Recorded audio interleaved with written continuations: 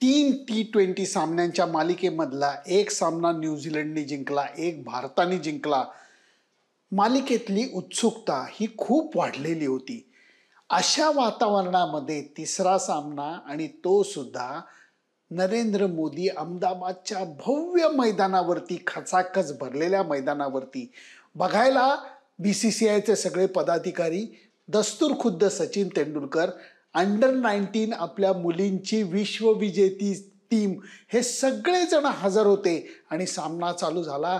भारतीय संघाला पहिली बॅटिंग मिळाली. ईशान किशन लगेच आऊट झाला. न्यूझीलंडला वाटलं आपण काहीतरी गडबड करू शकतो, परंतु झालं भलतंच. त्याचं कारण शुभमन गिल आणि राहुल त्रिपाठींनी समोरच्या गोलंदाजांना सळो की पळो करून सोडलं. खरोखर, कारण आज राहुल त्रिपाठींनी मारलेले फटके हे 200 धावांच्या सरासरीने त्यांनी आज बॅटिंग केली. 44 धावा करून तो परत एकदा मोठा फटका मारताना आऊट झाला. परंतु त्यांनी आणि शुभमन गिलनी रचलेला पाया हा मोठ्या धावसंख्येकडे घेऊन जाणार होता. त्यातनंही शुभमन गिल सध्या एकदम जबरदस्त फॉर्ममध्ये आहे.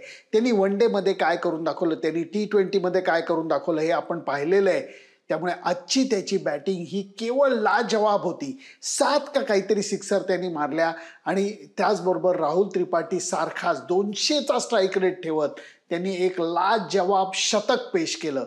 हार्दिक पंड्या, सूर्यकुमार यादवनी थोडी त्याला जोड दिली. काय सांगू तुम्हाला, न्यूझीलंडच्या 2 बॉलर्सना 4 ओव्हर्समध्ये 50 पेक्षा जास्त धावांचा मार पडला आणि भारताची धावसंख्या 234, होय 234ला जाऊन धडकली. तेव्हाच खरं सांगायचं तर मनातनं न्यूझीलंडचा संघ खचलेला होता. त्यातनंही भारताचे जे फास्ट बॉलर्स होते ते अशा काही फॉर्ममध्ये आज होते. आज त्यांना फलंदाजांनी जशी कमाल केली तशी क्षेत्ररक्षणाची सुद्धा जबरदस्त साथ ही आपल्या फास्ट बॉलरना मिळाली. हार्दिक पंड्यानी 4 बॅट्समनची शिकार केली.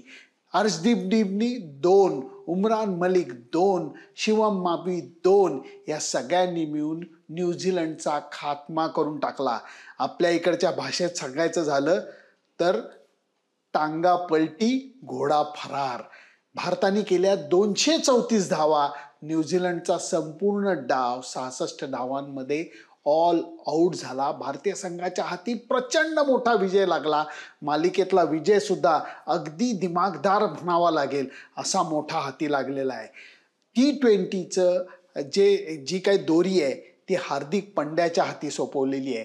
आत्ताच्या घडीला विराट कोहली आणि रोहित शर्मा हे T20 संघात नाही आहेत, परंतु नंतरच्या काळात सुद्धा ते परत येतील अशी शक्यता कमी वाटायला लागली आहे.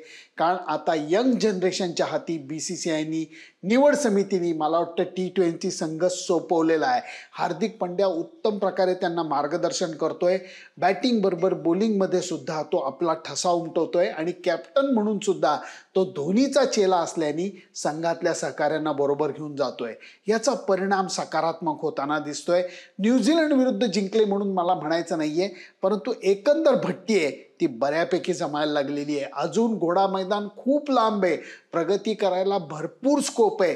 त्यामुळे जास्त कौतुक मी करणार नाही, फक्त शुभमन गिलच्या आत्ताच्या फॉर्मचं कौतुक हे करायला लागेल. कारण त्यांनी दाखवलेली बॅटिंगमधली समज, पहिल्यांदा तो जम बसवतो आणि नंतर काढाडून हल्ला चढवतो आणि जे त्याचं सेलिब्रेशन आहे ते दस्तूरखुद्द सुनील गावस्करांना सुद्धा मोहात पाडताय. कारण तो उड्या मारत नाही, आरडाओरडी करत नाही, तो फक्त असा झुकतो आणि मानवंदना प्रेक्षकांची स्वीकारतो. ते बघताना खूप मजा येते. या सगळ्या अर्थाने ही जी T20 मालिका झाली आहे ही लक्षणीय ठरलेली आहे. भारतीय संघाने सँटनरचा जो काही मुकाबला होता तो अगदी खंबीरपणे केलेला आहे. 1-2दा फक्त स्पिनिंग ट्रॅकवरती भारतीय बॅट्समनना थोड्याशा अडचणींना तोंड द्यायला लागलेलं होतं, परंतु आज जेव्हा बॅटिंग विकेट मिळालं त्याच्यावरती भारतीय बॅट्समननी करून दाखवलेली करामत ही लाजवाब होती. आणि त्याच्यानंतर बॉलर्सनी त्याच विकेटवरती समोरच्या टीमला इतक्या कमी धावांमध्ये ऑल आऊट केलं हे सुद्धा बघण्यासारखं होतं. कॅचेस चांगले पकडले गेले, म्हणून मी म्हणलं एकंदर भट्टी जबरदस्त जमली. तुमचं मत काय आहे? हार्दिक पंड्याला ही जी कॅप्टनशिपची जबाबदारी दिली ही पुढं सुद्धा दिली गेली पाहिजे का? आत्ताच्या घडीला ज्या नवीन खेळाडूंना संधी दिली आहे त्यांनाच पुढं घेऊन गेलं पाहिजे का? माझं मत हो आहे. तुमचं मत काय मला जरूर कळवा. फक्त त्याच्याकरता माझं फेसबुक पेज, माझं यूट्यूब चॅनल सबस्क्राईब करायला विसरू नका. एकच तुम्हाला गोष्ट सांगतो, आता पुण्यातनं घरात बसून किंवा आसपासच्या परिसरातनं सामन्याचं वार्तांकन मी बंद करणार आहे. लवकरच तुमच्या भेटीला मी लाईव्ह वार्तांकन परत घेऊन येणार आहे. कारण आत्ताच सांगून ठेवतो, भारत विरुद्ध ऑस्ट्रेलिया अशी जबरदस्त टेस्ट सिरीज लवकरच चालू होतीये आणि त्याच्याकरता 4ही टेस्ट मैदानावरती जाऊन मी तुमच्यासाठी कव्हर करणार आहे आणि तुम्हाला वार्तांकनाचा नजराणा पेश करणार आहे. भेटू परतच लाईव्ह रिपोर्टिंगच्या सोबत. तोपर्यंत बाय बाय.